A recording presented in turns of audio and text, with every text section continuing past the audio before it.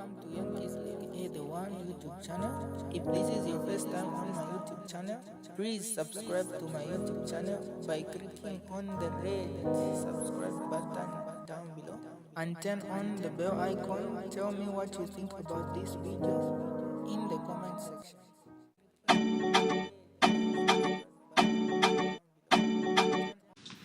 Thank you very much, Mr. Candidate.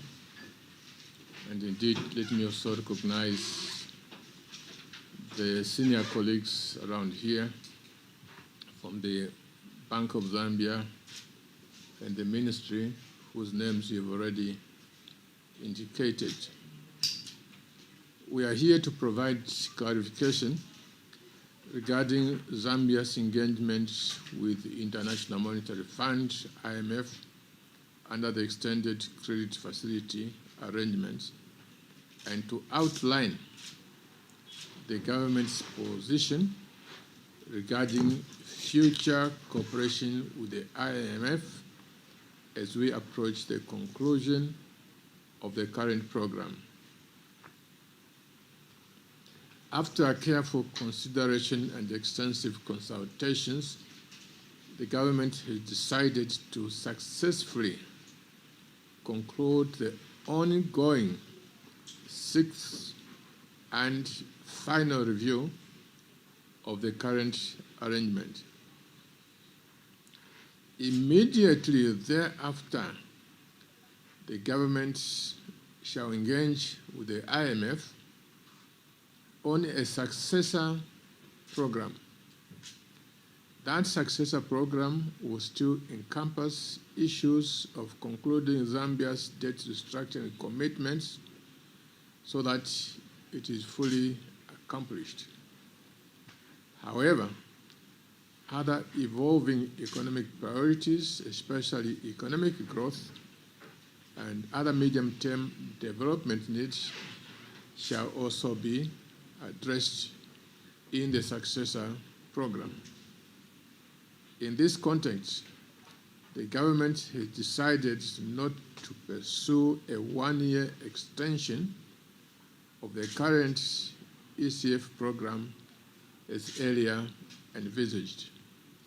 Instead, we now intend to replace it with a full program that runs the full course. This decision should be understood as a reflection of program completion of the current program and transiting on to a successor program. The decision should not be misunderstood to mean there is disengagement taking place or weakening of the reform commitment. At this stage, let me remind you that the current program started in 2022 and was expected to be concluded November 2025. It will now hopefully be concluded mid-January 2026, in other words, roughly just about a week from now. This brief extension from November to January of the current program was purely technical, intended to allow adequate time for the assessment of the program performance as of end October 2025. I wish to underscore that Zambia has since 2022 successfully completed all reviews under the IMF-supported program, and that a staff-level agreement on the sixth and final review was reached last month. That staff-level agreement is now subject for consideration and approval by the IMF Executive Board in line with established fund procedures. And of course, if successful, it means we close that current program. Since the program's inception in 2022, Zambia has consistently delivered on key quantitative performance criteria and structural benchmarks. The implementation of the program has been exceptionally good when compared with what many other countries have gone through, and indeed, even when you compare it to Zambia's own past performance under the program. This strong track record, without any break or suspension, which is very common with IMF programs, has underpinned decisive macroeconomic stabilization. Fiscal consolidation has been firmly achieved, with the primary fiscal surpluses exceeding 2% of GDP, demonstrating disciplined public financial management of spending within our means and a clear commitment to debt sustainability.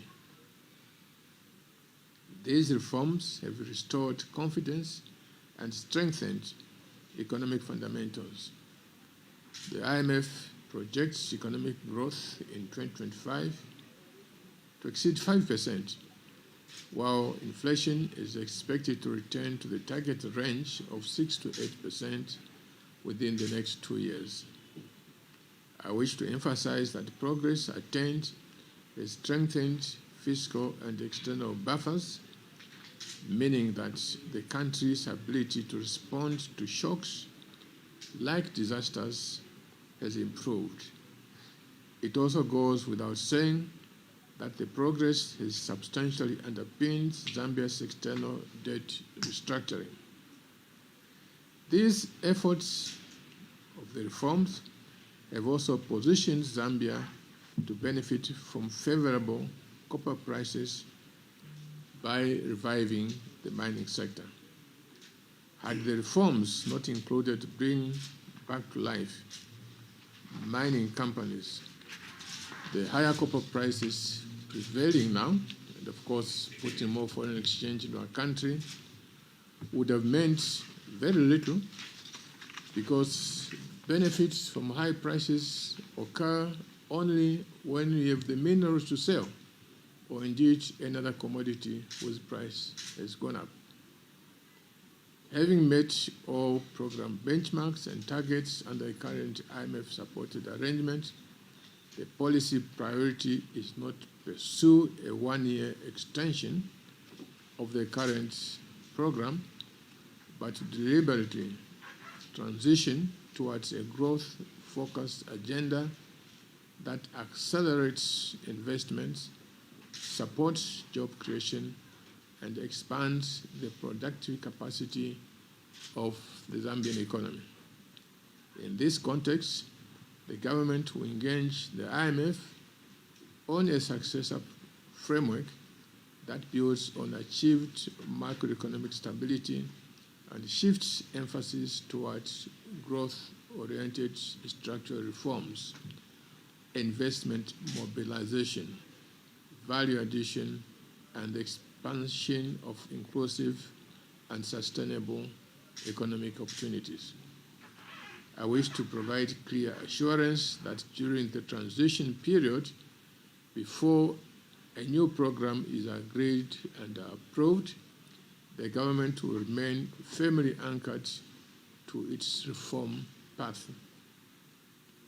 Policy continuity will be underpinned by strict adherence to the approved national budget, with expenditure execution, borrowing, and fiscal balances implemented within Parliament-approved ceilings. In addition, Zambia will maintain close and remain in engagement with the IMF using fora such as the Article 4 consultations and indeed other technical dialogue opportunities. Immediately following the conclusion of the current program, we intend to resume discussion with the IMF on a future longer-term collaboration anchored on the implementation of structural reforms that extend beyond the electoral cycle and further entrench macroeconomic stability, resilience, and inclusive growth. The government remains fully committed to maintaining debt sustainability through disciplined borrowing and sound liability management, advancing fiscal consolidation to ensure that public finances remain predictable and sustainable, upholding prudent, transparent resource management, promoting inclusive growth through job creation and diversification, and improving livelihoods for all Zambians. At the same time, the government will continue to strengthen domestic resource mobilization through improved tax administration, broadening the tax base and efficiency gains while maintaining prudent expenditure management. Finally, the reforms we've undertaken and those yet to be undertaken are not contingent on any single external arrangement. In other words, the reforms were not being undertaken because IMF or anyone else was saying so. They reflect national ownership. As is evident now, our country is already benefiting from reform. Those benefits include economic stability, economic growth, investment in the social sector like free education, provision of teachers and health staff, expanding infrastructure, increase in foreign exchange reserves, as the bank governor said a few days ago, more investment. The Commissioner General of the Zambia Revenue Authority and all their staff for the heavy lifting they continue to perform each day. We look forward to continuing constructive engagement with the IMF and all other development partners as we advance our shared objective of a prosperous, resilient, and inclusive Zambia. Thank you, and that's the end of the statement. Thank you very much, Honorable Minister. Colleagues, the Minister and the Governor are available to respond to any aspects that you may not have gotten clearly or that you wish the Minister to emphasize on the subject that has been discussed this morning, engagements with the IMF. Proceed. Introduce yourself and good afternoon, Honorable Minister. Good afternoon, everyone. Yes. Mr. Kadeza, I think there's been clarity based off what the Minister has said. I think the things that we needed clarification on have been tabled. Thank you. that's great. Yes. Good morning, Honorable Minister. Good morning. Chaonga from Bloomberg. I basically wanted to find out by when does Zambia envisage that it will be able to successfully agree with the IMF on a new program, and will it be possible to do so before the elections? Thank you very much. As usual, we don't put timelines to those kind of things because, as you can imagine, a lot of work is going to go through in preparing the background. All I can say is that from our perspective, we want to do that as quickly as possible because we are committed to ensuring that the reform program does not end here. The reform program must build on the successes that we are seeing now. But we know, as I've said, there are other challenges that could not be adequately tackled under the current program, especially the youth employment issue. So we are aligned, we are keen, that's what we are there for. That's what we promised the people of Zambia. So we want to do it as quickly as possible, but I can't give you a timetable because there's some background work that is required. Yes. Kindly stand up, please, so that you can be seen. Good morning, Honorable Minister. Good Morning. Roland Kang from Hotepel. I'd just like to find out what happens in the interim period after the conclusion of this extended credit facility. Because I want to believe that I understand that under the earlier anticipated 1-year extension, we will have borrowed some amount to cushion the economy, especially that we're in this period where we're supposed to be repaying some debt. If at all we are facilitating any payment at this moment, what happens in the interim since we're not able to get any loan since we're concluding the program? I don't believe that is a concern right now because the debt restructuring that was undertaken was made on the basis that after restructuring, the debt servicing that would have to be undertaken is within the capability of the Zambian government budget. There was no contingency to say, unless there's an IMF program, then if this comes to the end, then you will not be able to service debt, you will not be able to continue with the social investment, you will not be able to. That was never part of the understanding. So we are okay. I think one of the main issues, of course, and I did mention in my speech, that the next program will encompass element of concluding of the debt structuring, because there are still some agreements to be signed. There are still those outstanding 6% of the debt. So it helps us, the next program, to the extent that we will have this element, it helps us to complete the exercise and also to give comfort to everybody that we are on track. The budget for 2026, in coming up with the budget for 2026, there were consultations with the IMF. They were here before the budget was done, and throughout there were consultations. So they are also confident that on the basis of the 2026 budget and the commitments that are foreseen for the rest of the year, we are okay. Honourable Minister, I see no other hand. Unless if the governor wants to say something. Thank you, Honourable Minister, and thank you, colleagues. Just to indicate that the process we have been undertaking for the past 4 years, or under the program 38 months, that was the length of this program. So the 38 months has come to an end. So it's only proper that a fuller account is taken of how the entire program has taken. So this is why we're waiting for the 6th review.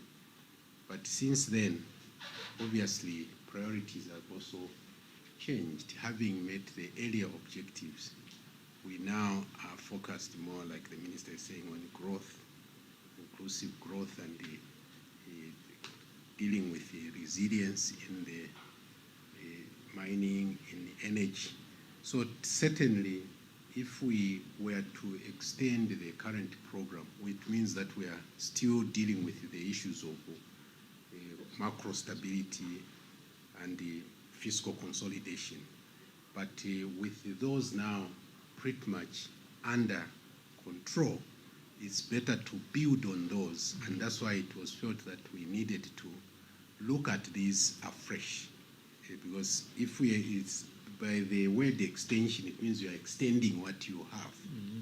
But now there's a break that has to be made so that we put on board the things that we see mattering going forward. So this does not cause a break per se, because the momentum that we have built under this program will continue. And this is what this underpins this. I just thought I should add to what the Minister said. Thank you. Excellent. I think that has been well elaborated. Obliged. Good. We thank you very much, and we look forward to a very extensive engagement towards the end of the month, when we can take into account what is transpired in the last 4 years, among other things. Thank you.